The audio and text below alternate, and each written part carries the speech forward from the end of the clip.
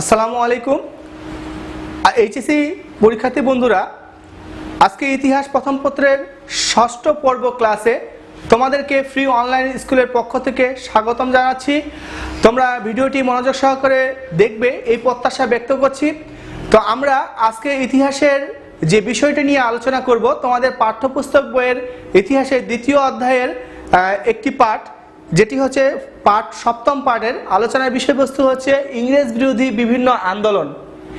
এবং এই আন্দোলনটি সংগঠিত হয়েছিল বিভিন্ন আন্দোলন 1757 থেকে 1857 সাল পর্যন্ত। এই সময়ের মধ্যে ভারতবর্ষে ইংরেজদের বিরুদ্ধে যে আন্দোলনগুলো হয়েছিল সেই আন্দোলনগুলো সম্পর্কে তোমাদেরকে একটি ধারণা দেওয়ার চেষ্টা করছি। আমি প্রথমেই আমি যে আন্দোলন সম্পর্কে আলোচনা করব সেটি হচ্ছে কৃষক বিদ্রোহ। কৃষক বিদ্রোহ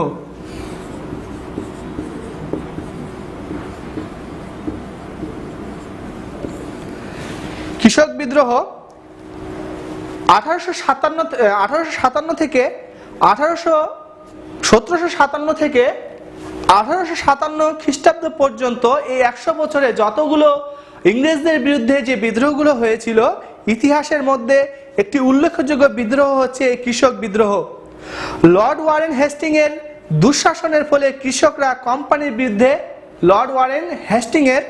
দুঃশাসনের ফলে কৃষকরা ইংরেজ কোম্পানির বিরুদ্ধে বিদ্রোহ ঘোষণা করে। কোম্পানি এই কৃষক বিদ্রোহকে ফকির সন্ন্যাসীদের আক্রমণ বলে অভিহিত করে এবং কঠোর হস্তে তা দমন করে। সূচনা বলা চলে যে কৃষক বিদ্রোহ, এই বিদ্রোহটি 1757 থেকে 1857 সাল পর্যন্ত এই সময়ের মধ্যে 100 বছরের মধ্যে যতগুলো বিদ্রোহ হয়েছিল তার মধ্যে একটি অন্যতম ইংরেজ বিরোধী যে বিদ্রোহ হয়েছিল তার মধ্যে একটি অন্যতম বিদ্রোহ হচ্ছে কৃষক বিদ্রোহ। এবং এই বিদ্রোহটি হওয়ার কারণ ছিল কি? লর্ড ওয়ারেন হেস্টিং এর দুঃশাসনের ফলে কৃষকরা কোম্পানির বিরুদ্ধে বিদ্রোহ ঘোষণা করে এবং কোম্পানি এই কৃষক বিদ্রোহকে ফকির সন্ন্যাসীদের আক্রমণ বলে অভিহিত করে এবং কঠোর হস্তে তা কি করে দমন করার চেষ্টা করে। এরপর আলোচনা করব আমরা ফকির সন্ন্যাসী বিদ্রোহ।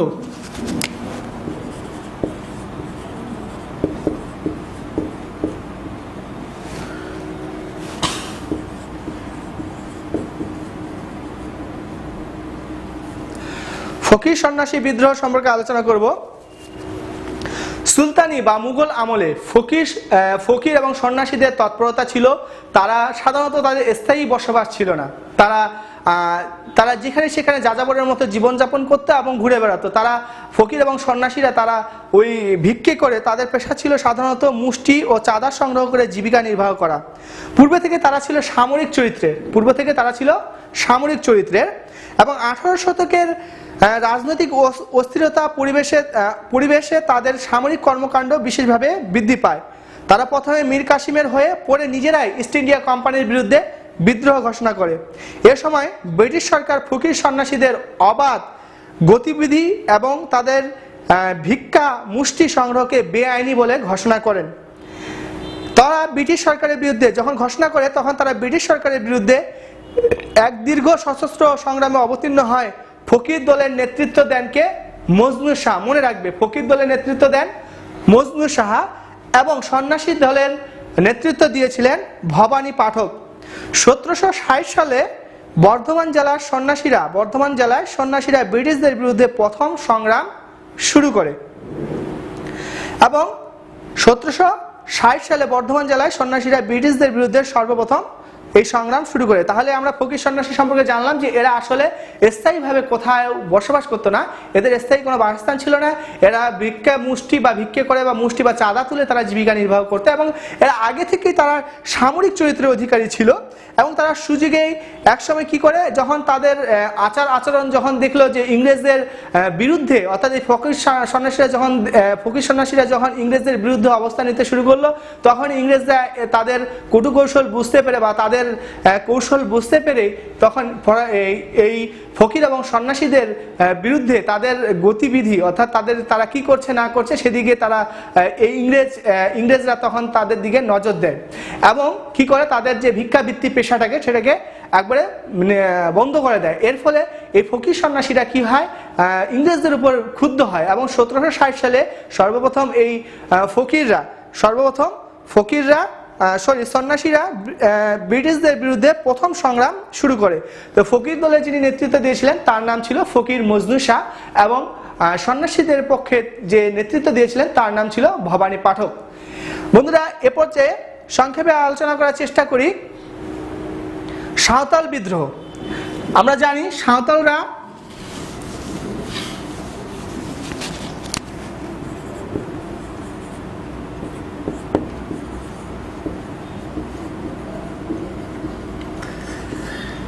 সাঁওতাল বিদ্রোহ, সাঁওতাল আমরা জানি এরা এক ধরনের উপজাতি বা আদিবাসী হিসেবে পরিচিত। সাধারণত আমাদের বাংলাদেশের উত্তর অঞ্চলে, উত্তর পূর্ব অঞ্চল যেমন দিনাজপুর, রংপুর এবং রাজশাহী এই জেলাগুলোতে এই সাঁওতালদের বসবাস দেখা যায়। এবং এই সাঁওতালরা তখন এদের রাজ্য ছিল, সাঁওতাল নামে এদের রাজ্য ছিল। তারা বিহারের ভাগলপুর জেলার অন্তর্গত দামিন ইকো অঞ্চল থেকে বীরভূম পর্যন্ত বিস্তৃত সাঁওতাল ভাষাভাষী ও কৃষি নির্ভর জনগোষ্ঠী। ইংরেজ শাসনের বিরোধী অভ্যুত্থানকে সাঁওতাল বিদ্রোহ হিসেবে বলা হয়। তাহলে কি বললাম বন্ধুরা, সাঁওতাল বিদ্রোহ কাকে বলা হয়? কি বললাম যে বিহারের ভাগলপুর জেলার অন্তর্গত দামিন ইকো অঞ্চল থেকে বীরভূম পর্যন্ত বিস্তৃত সাঁওতাল ভাষাভাষী এবং কৃষি নির্ভর অধিবাসী বা জনগোষ্ঠীদের ইংরেজদের বিরুদ্ধে যে বিদ্রোহ হয়েছিল সেটাই হচ্ছে সাঁওতাল বিদ্রোহ। 1854 খ্রিস্টাব্দে, কত সালে? 1854 খ্রিস্টাব্দে 30 জুন গক্কা ও বীরসিংহ নামে গোষ্ঠীপতিদের উপর উৎপীড়নের প্রতিবাদে প্রায় 6000 সাঁওতাল ভাগানিডিহি নামক স্থানে সমবেত হয়। ভাগানিডিহি নামক স্থানে প্রায় 6000 সাঁওতাল একত্রিত হয়। পরে তারা পরদেশীয় ঔপনিবেশিক প্রভুত্বের বিতাড়িত করে সত্যযুগের প্রতিষ্ঠার কথা ঘোষণা করে। ঠিক আছে, তাহলে আমরা যেটা বুঝলাম কি 1854 খ্রিস্টাব্দে 30 জুন গক্কা ও বীরসিংহ নামে গোষ্ঠীপতিদের উৎপীড়নের প্রতিবাদে প্রায় 6000 সাঁওতাল ভাগানিডিহি নামক স্থানে একত্রিত হয় এবং সেখান থেকে তারা ঘোষণা করে যে তারা ঔপনিবেশিক প্রভুদের কি করবে? বিতাড়িত করবে, তাদেরকে এখান থেকে বিদায় দিবে এবং সত্য যুগের প্রতিষ্ঠার কথা তারা ঘোষণা করে। এরই পরিপ্রেক্ষিতে 1855 খ্রিস্টাব্দে সিধু এবং কানহো নামে দুই নেতার নেতৃত্বে প্রায় 10,000 সাঁওতালের এক সমাবেশ হয়। তারা সমগ্র অঞ্চল দখল করে নিজেদের সরকার গঠনের পরিকল্পনার কথা ঘোষণা করে। তারা কি করে? নিজেদের সরকার গঠনের কথা পরিকল্পনা। কত সালে? 1855 সালে। কোন কোন নেতা? দুজন নেতা ছিল, সিধু এবং কানহো। এই দুই নেতা প্রায় 10,000 সাঁওতালদের একত্রে সমবেত করে এবং তারা সমগ্র অঞ্চল দখল করে নিজেদের সরকার গঠনের পরিকল্পনার কথা ঘোষণা করে। এই বিদ্রোহে প্রায় 60,000 সাঁওতাল যোগ দেয়। কত হাজার? 60,000 সাঁওতাল এই বিদ্রোহে যোগ দেয় এবং 1856 খ্রিস্টাব্দে ফেব্রুয়ারি মাস পর্যন্ত দুই পক্ষের প্রচন্ড লড়াই হয়। কত সাল পর্যন্ত? 1856 সাল পর্যন্ত। ফেব্রুয়ারি মাস 1856 সালের ফেব্রুয়ারি মাস পর্যন্ত দুই পক্ষের মধ্যে প্রচন্ড একটা লড়াই হয় এবং এই লড়াইয়ের মধ্যে শেষ পর্যন্ত সাঁওতালদের পরাজয় ঘটে। প্রায় এই বিদ্রোহে 25,000 সাঁওতাল নিহত হয় এবং প্রায় কয়েক হাজার গ্রাম ধ্বংস হয়ে যায়। এরপরে আমরা আলোচনা করব সাঁওতাল বিদ্রোহের পর। এরপর আলোচনা করব ফরাজি আন্দোলন।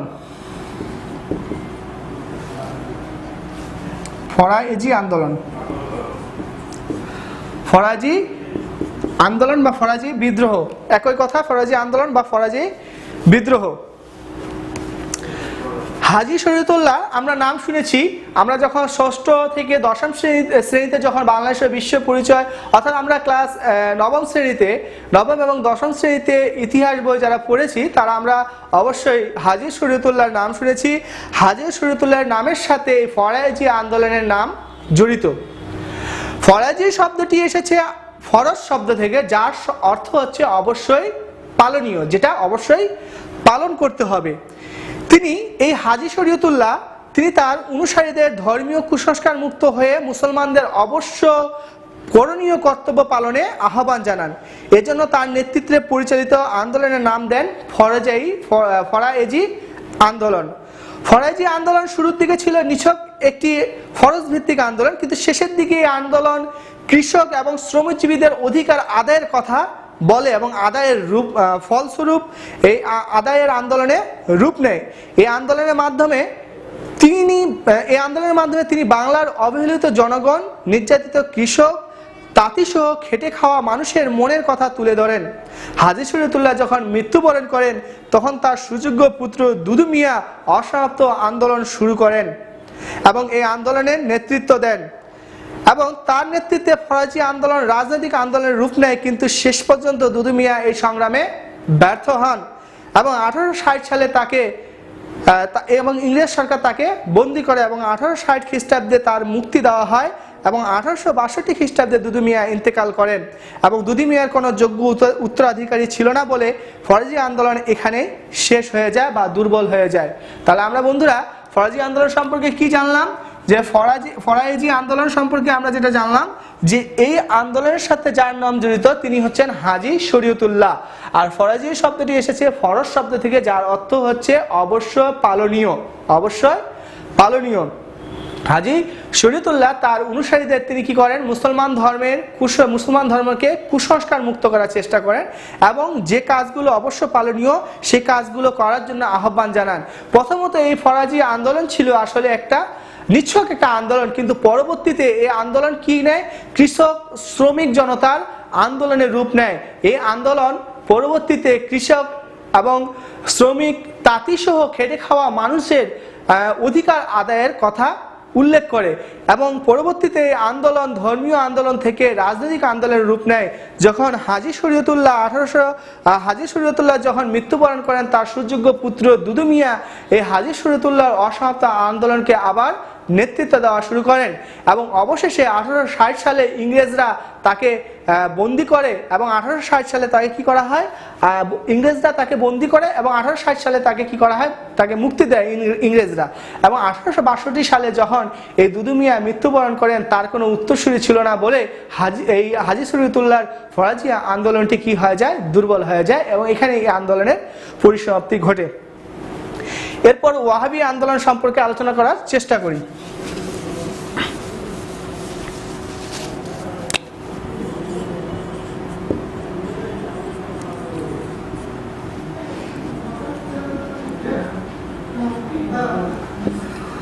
ওয়াহাবি আন্দোলন সম্পর্কে সংক্ষেপে আলোচনা করার চেষ্টা করছি। ওয়াহাবি একটি আরবি শব্দ, এর অর্থ হচ্ছে নবজাগরণ। আবার বলছি, ওয়াহাবি একটি আরবি শব্দ, এর অর্থ হচ্ছে নবজাগরণ।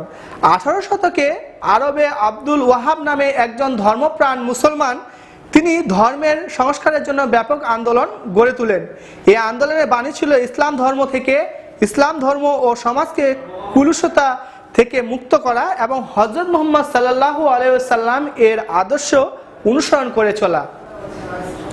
তার প্রতিষ্ঠিত সম্প্রদায়ের নাম হচ্ছে ওয়াহাবি নামে পরিচিত। তার প্রতিষ্ঠিত যে সম্প্রদায়, তো বন্ধুরা তার প্রতিষ্ঠিত ওয়াহাবি শব্দটি, আবার বলছে ওয়াহাবি শব্দটি হচ্ছে একটি আরবি শব্দ, এর অর্থ হচ্ছে নবজাগরণ। 18 শতকে আব্দুল ওয়াহাব নামে এক ধর্মপ্রাণ ব্যক্তি ইসলাম ধর্ম সংস্কারের জন্য ব্যাপক আন্দোলন তুলে ধরেন। তিনি ইসলাম ধর্ম এবং সমাজকে কুলুষতা মুক্ত করার জন্য তিনি কি করেন? কলুষতা থেকে মুক্ত করা এবং হযরত মুহাম্মদ সাল্লাল্লাহু আলাইহি ওয়াসাল্লাম এর আদর্শ অনুসরণ করে চলা। তার আন্দোলনের বাণী ছিল এটি এবং তার প্রতিষ্ঠিত সম্প্রদায় ওয়াহাবি নামে পরিচিত ছিল। 19 শতকের প্রথম দিকে আরবের এই আন্দোলন অনুকরণে ভারতীয় কতিপয় মুসলিম নেতা, বিশেষ করে সৈয়দ আহমদ শহীদ, মুসলমানদের সংস্কার ও অনৈ ইসলামিক কার্যকলাপ থেকে মুক্ত করার জন্য এক ব্যাপক আন্দোলন তুলে ধরেন এবং ভারতবর্ষের রায় বেরেলির সৈয়দ আহমদ শহীদ পরিচালিত আন্দোলন এই ওয়াহাবি আন্দোলন নামে পরিচিত। ভারতবর্ষে প্রথম দিকে এটি ধর্মীয় সংস্কার আন্দোলন হিসেবে আত্মপ্রকাশ করে। তখন এর লক্ষ্য ছিল মুসলিম ঐতিহ্য এবং গৌরবকে কি করা? পুনরুদ্ধার করা, ধর্মীয় এবং সাংস্কৃতিক কুসংস্কার দূর করা। কিন্তু অচিরেই তিতুমিরের রাজনৈতিক আন্দোলনে নেই ওয়াহাবি আন্দোলনও ব্রিটিশ বিরোধী আন্দোলনে পরিণত হয়। সৈয়দ আহমেদ শহীদের প্রচেষ্টায় অচিরেই ওয়াহাবি আন্দোলন ইংরেজ বিরোধী ব্যাপক আন্দোলনে পরিণত হয়। এ সময় উত্তর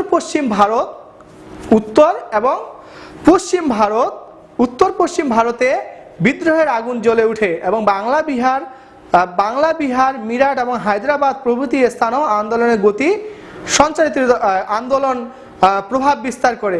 তবে সৈয়দ আহমেদ আলীর মৃত্যুর পর 1831 খ্রিস্টাব্দে ওয়াহাবি আন্দোলন অনেকটা দুর্বল হয়ে যায়। এই ছিল ওয়াহাবি আন্দোলন সম্পর্কে একটি সংক্ষিপ্ত ধারণা। এবার আমরা আলোচনা করব তিতুমিরের আন্দোলন, তিতুমিরের সংগ্রাম।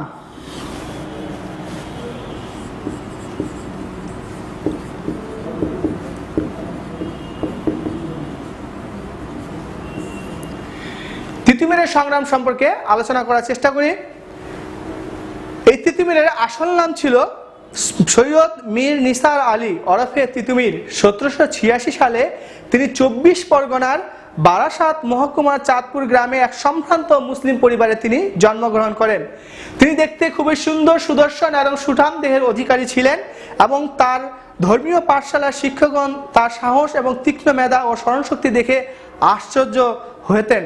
তিনি অল্প বয়সে নদিয়ার জমিদারের লাঠিয়াল বাহিনীর অধিনায়ক পদ অধিকার করেন।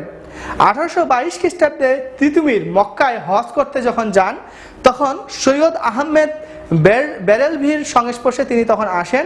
তিনি ওয়াহাবি আন্দোলনে উদ্বুদ্ধ হন। দেশে ফিরে এসে তিনি প্রথম নীলকর, ইংরেজ বণিক এবং সামন্ত জমিদারদের অত্যাচার নির্যাতন থেকে গরিবদেরকে মুক্ত করার চেষ্টা করেন।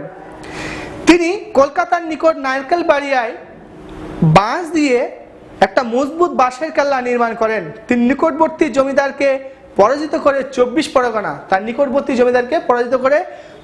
পরগনা নদিয়া ফরিদপুর জেলার কিছু অংশ একটি স্বাধীন রাজ্য স্থাপন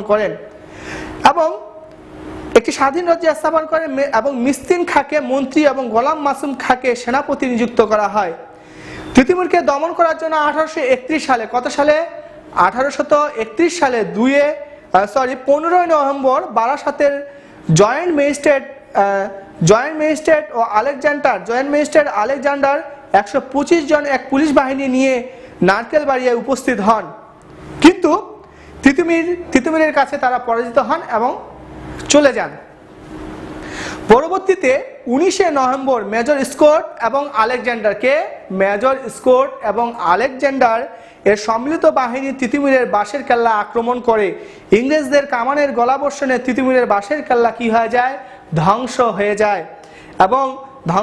যায় এবং তিতুমির শহীদ হন 1831 সালে এবং এই যুদ্ধের পর বিচারে 140 জন অনুচরের কারাদণ্ড হয়।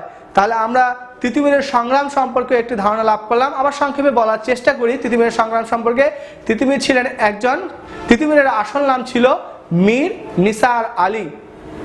তিনি ছোটবেলা থেকে তিনি আসলে দেখতে অনেক সুদর্শন, সুঠাম দেহের অধিকারী ছিলেন এবং তিনি ধর্মীয় শিক্ষা যখন নিচ্ছিলেন তখন তার ধর্মীয় শিক্ষকগণ তার মেধা এবং সাহসিকতা দেখে আশ্চর্য হয়ে যেতেন এবং তিনি তার ক্ষমতা বলে, তিনি তার অসাধারণ যোগ্যতার বলে তিনি নদিয়ার জমিদারের লাঠিয়াল বাহিনীর প্রধান হিসেবে তিনি নিয়োগ লাভ করেন এবং পরবর্তীতে যখন 1822 সালে যখন তিনি মক্কায় হজ করতে যান তখন সৈয়দ আহমদের সাথে তার পরিচয় হয় এবং তিনি ওয়াহাবি আন্দোলনে কি হয়ে যান? উদ্বুদ্ধ হন।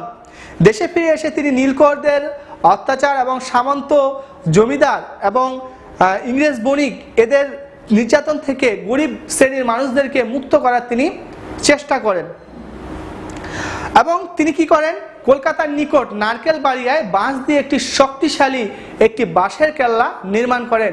কিন্তু 1831 সালে 15 নভেম্বর বারাসাতের জয়েন্ট ম্যাজিস্ট্রেট আলেকজান্ডার 125 জনের একটি পুলিশ বাহিনী নিয়ে এসে এই তিতুমিরের বাঁশের কেল্লা আক্রমণ করে, কিন্তু তারা তিতুমিরের কাছে পরাজিত হয়ে চলে যায় এবং পরবর্তীতে 19 নভেম্বর মেজর স্কট এবং আলেকজান্ডারের সম্মিলিত বাহিনীর কাছে 1831 সালে নারকেলবাড়িয়ায় তারা কি করে?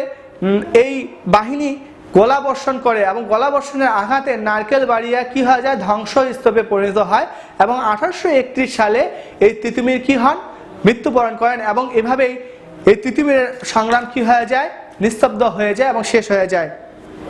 এরপর 1857 সালের স্বাধীনতার সংগ্রাম, 1857 সালের স্বাধীনতার সংগ্রাম।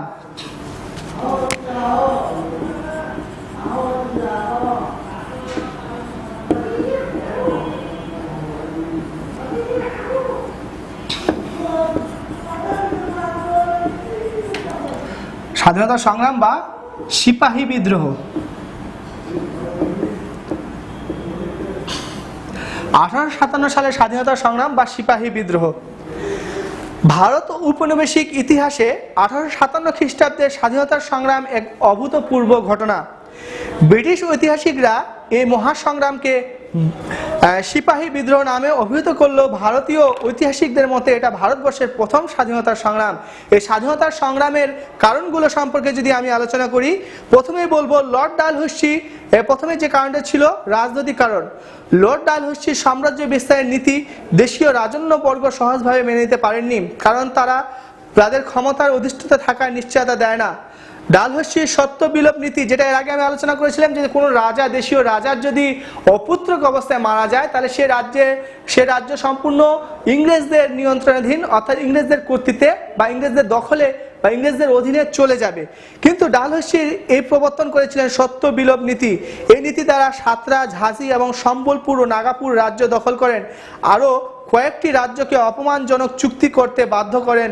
তাঞ্জোর ও কর্ণাটকের নবাবের ব্যয়ভার ও পেশোয়ারের নানা সাহেবের ভাতা বন্ধ করে দেন। কুশাসনের অভিযোগে অযোধ্যা এবং নাগপুরের রাজ্য সাম্রাজ্যভুক্ত করা হয়। ফলে সিপাহী বিদ্রোহ শুরুতেই নানা সাহেবের ও ঝাঁঝির রানী সশস্ত্র যুদ্ধে যোগদান করেন। অর্থনৈতিক কারণ ছিল ইংরেজরা দীর্ঘ 100 বছর এখানে শাসন করে এবং এখানে শাসন করার সময় তারা ভারতীয় অর্থনৈতিক দুরবস্থা ও শোষণের বিরুদ্ধে অর্থনৈতিক পটভূমি প্রস্তুত করে। তারা 100 বছর শাসন আমলে ভারত থেকে তারা সোনা, রূপা এবং মূল্যবান ধাতু সেগুলো কি করে, ব্রিটেনে পাচার করে। এর একটি উদাহরণ হচ্ছে একজন লর্ড ক্লাইভ ছিলেন, তিনি ছিলেন কোম্পানির 3য় শ্রেণীর একজন কর্মচারী, অথচ তিনি ভারতের এই সম্পদগুলো লুণ্ঠনের মাধ্যমে অর্জিত সম্পদ অর্জন করে এবং ব্রিটেনের অন্যতম ধনীতে পরিণত হন। কে? Lord Clive. তিনি ছিলেন আসলে একজন কোম্পানির একজন 3য় শ্রেণীর কর্মচারী, কিন্তু ভারতবর্ষের এই মূল্যবান জিনিসগুলো তিনি লুণ্ঠন করে নিয়ে যান ব্রিটিশে এবং সেখানে গিয়ে তিনি একজন ধনাঢ্য ব্যক্তি অর্থাৎ ধনী ব্যক্তিতে পরিণত হন এবং কোম্পানির এরূপ লুণ্ঠনে সাধারণ জনতার জীবনে আসলে বিপর্যয় নেমে আসে। এছাড়া দ্বিতীয় যেটা ছিল, ব্রিটিশ পণ্য আমদানির ফলে বাংলাদেশে যখন ব্রিটিশ পণ্য আমদানি হয় তখন কি হলো, ভারতীয় যে তাঁত শিল্পগুলো ছিল, তাঁতকলগুলো বন্ধ হয়ে যায় এবং অনেক তাঁতি কি হয়ে পড়ে, বেকার হয়ে পড়ে। এবং তৃতীয়ত ছিল যে ভারতের গ্রামীণ সমাজকে ইংরেজ শাসন সরাসরি আঘাত করেছিল। ইংরেজদের প্রবর্তিত যে নতুন ভূমিনীতি ও নতুন খাজনা নীতি কৃষকদের আয় অনেক কমিয়ে দিয়েছিল, অর্থাৎ তারা যে ভূমি সংস্কার নীতি করেছিল এক্ষেত্রে জমিদাররা লাভবান হতো এবং কৃষক শ্রেণীরা কি হতো, নির্যাতিত হতো। তাদের উপর জমিদাররা নির্যাতন করত, তাদেরকে জোরপূর্বক কখনো জমি তাদের কাছ থেকে কেড়ে নেওয়া হতো, কখনো বা তাদের কাছে জোরপূর্বকভাবে খাজনা আদায় করা হতো, ফসল হোক বা না হোক। এসব কিছু নীতি ছিল। এসব নীতির কারণে কি হয়ে যায়,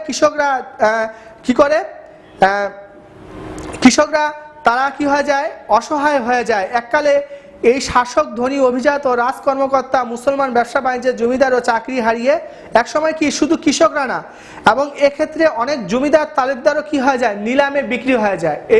তারা যে ভূমি ব্যবস্থার নীতি বা ভূমির যে ব্যবস্থা প্রবর্তন করেছিল, ভূমির যে সংস্কার করেছিল বা ভূমির জন্য যে নিয়ম কানুনগুলো সৃষ্টি করেছিল, সেক্ষেত্রে শুধু কৃষকই না, অনেক জমিদারও কি হয়ে যায়, সর্বশ্রান্ত হয়ে যায়। তারা অনেকে কি হয়ে যায়, এই ধনী শ্রেণীরা অনেক সময় তাদের জমিদারি, আভিজাত্য এবং তাদের ব্যবসা বাণিজ্য সবকিছু হারিয়ে কি হয়ে যায়, সহায় সম্বলীন হয়ে পড়ে।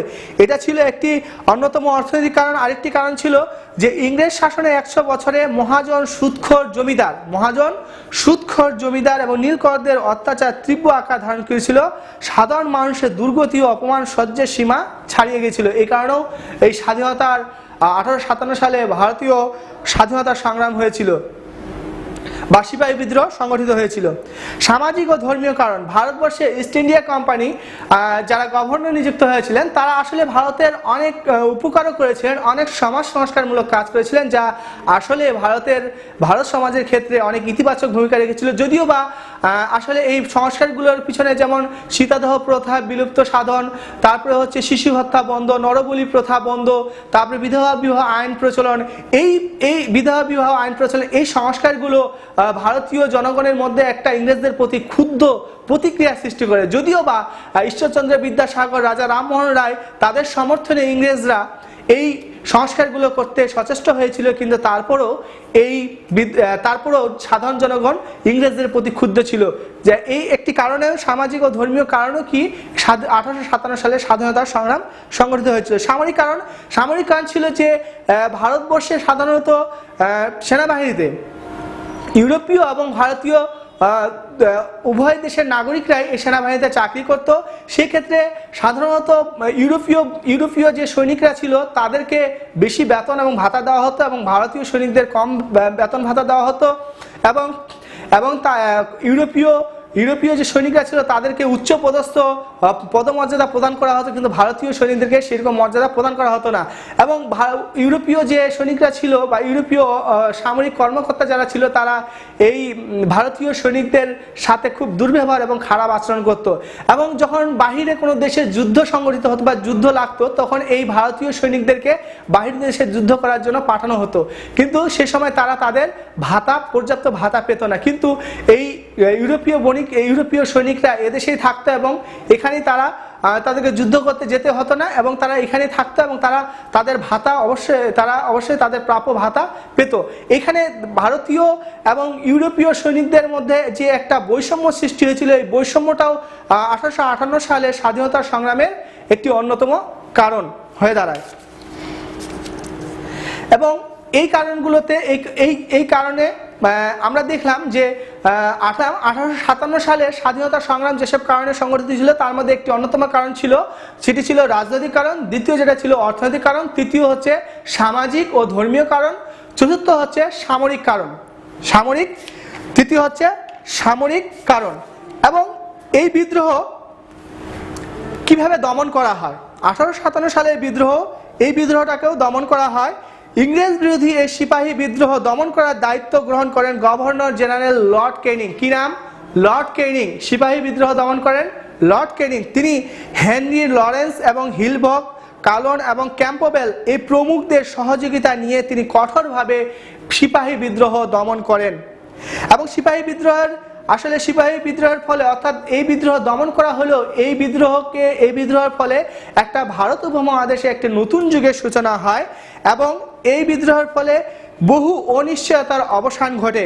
এবং এ সম্পর্কে গ্রিফিনের মতে তিনি বলেছেন যে 1857 সাল খ্রিস্টাব্দের পূর্বে ভারতের পক্ষে মঙ্গলময় এরূপ ঘটনা কখনো ঘটেনি। গ্রিফিন বলেছেন যে 1857 সালের পূর্বে ভারতের পক্ষে মঙ্গলময় এরূপ ঘটনা ঘটেনি, মানে সিপাহী বিদ্রোহের মতো এমন মঙ্গলময় কল্যাণকর ঘটনা এর পূর্বে কখনো ঘটেনি। এবং 1857 সালের এই সিপাহী বিদ্রোহের মাধ্যমে ভারতবর্ষের আকাশ থেকে মনে হয় যে এই বিদ্রোহ কালো মেঘকে ঝড়ের গতিতে কি করে? সরিয়ে ফেলে। ভারতবর্ষের আকাশ থেকে কালো মেঘ এই বিদ্রোহ কি করে? ঝড়ের গতিতে সরিয়ে ফেলে। এই বিদ্রোহের মাধ্যমে কোম্পানি শাসনের ক্ষমতা বিলুপ্ত করা হয় এবং এই বিদ্রোহের মাধ্যমে 1857 খ্রিস্টাব্দে ভারত শাসন আইন দ্বারা ভারতে কোম্পানি শাসনের কি করা হয়? অবসান ঘটানো হয়। এই বিদ্রোহের একটা অন্যতম কারণ এটা ছিল, এবং 1857 খ্রিস্টাব্দে এই বিদ্রোহের একটা অন্যতম ফলাফল এটা ছিল। এবং 1857 সালে 1 নভেম্বর মহারানী ভিক্টোরিয়া ঘোষণাপত্র অনুযায়ী তিনি সত্য বিলোপ নীতি কি করেন? পরিত্যক্ত করেন। এবং 1833 খ্রিস্টাব্দে সনদ আইনে প্রস্তাবিত কেন্দ্রীকরণ নীতি 1861 খ্রিস্টাব্দে কাউন্সিলর আইন দ্বারা পরিত্যক্ত হয় এবং বোম্বাই এবং মাদ্রাজ কাউন্সিলরকে আইন প্রণয়নের ক্ষমতা প্রদান করা হয়। এবং সামরিক বিভাগকে আরেকটি যেটা ফলাফল ছিল, সামরিক বিভাগকে নতুনভাবে গঠন করা হয়, বিভাগে বিভেদ নীতি পরিহার করা হয় এবং বিভেদ নীতি অবলম্বন করে প্রেসিডেন্সি সেনাবাহিনীকে পৃথক করে রাখা হলো। এগুলো ছিল স্বাধীনতা সংগ্রামের ফলাফল। স্বাধীনতা সংগ্রামের ফলাফল কি বলবো আরেকবার বলার চেষ্টা করছি যে স্বাধীনতা 1857 সালের স্বাধীনতা সংগ্রাম বা সিপাহী বিদ্রোহের ফলে যে ফলাফল বা যে এর গুরুত্বটা কি, এর গুরুত্বটা ছিল এটাই যে সিপাহী বিদ্রোহের ফলে একটা ভারত উপমহাদেশে একটা ইতিবাচক একটা সাড়া পড়ে। এবং গ্রিফেন নামের একজন ঐতিহাসিক বলেছেন যে 1857 সালে যে বিদ্রোহটি ঘটেছিল ভারতে এর পূর্বে এরকম কোনো মঙ্গলজনক বা কল্যাণকর কোনো ঘটনা ভারত উপমহাদেশে ঘটেনি। এবং দ্বিতীয়ত যেটা ছিল যে 1857 সালে এই বিদ্রোহের মাধ্যমে ভারতীয় আকাশ থেকে কি হয় যে কালো মেঘ যেটা ছিল, ভারতীয় বলা হয় যে ভারতীয় আকাশ থেকে কালো মেঘ এই বিদ্রোহ ঝড়ের গতিতে সরিয়ে নেয়। এই বিদ্রোহের মাধ্যমে কোম্পানি শাসনের বিলুপ্ত ঘোষণা করা হয়। এই বিদ্রোহের মাধ্যমে 1857 সালে এই বিদ্রোহের পর মহারানী ভিক্টোরিয়ার ঘোষণাপত্র অনুযায়ী সত্য বিলোপ যে নীতি যেটা ছিল সেটা কি করা হয়, পরিত্যক্ত করা হয়। এবং এই বিদ্রোহের পরবর্তী সময়ে যে 1833 সালে 1833 খ্রিস্টাব্দে যে সনদ আইনে প্রস্তাবিত কেন্দ্রীকরণ নীতি যে ছিল সেটি 1861 সালে 1861 খ্রিস্টাব্দে কাউন্সিলর আইন দ্বারা পরিত্যক্ত হয় এবং বোম্বাই এবং মাদ্রাজ কাউন্সিলকে আইন প্রণয়নের ক্ষমতা প্রদান করা হয়। তো বন্ধুরা, আজকের দ্বিতীয় অধ্যায় এখানে শেষ করা হলো। পরবর্তীতে আমরা তৃতীয় অধ্যায় সম্পর্কে আলোচনা করব। সেই পর্যন্ত অপেক্ষা করবেন আশা করি। এবং এই ভিডিওটি আশা করি ভালো লেগেছে এবং এই ভিডিওটি থেকে অনেক কিছু আশা করি শিখতে পেরেছেন। এই বলে আজকের মতো এখান থেকে বিদায় নিচ্ছি। সুস্থ থাকবেন, ভালো থাকবেন। আল্লাহ হাফেজ।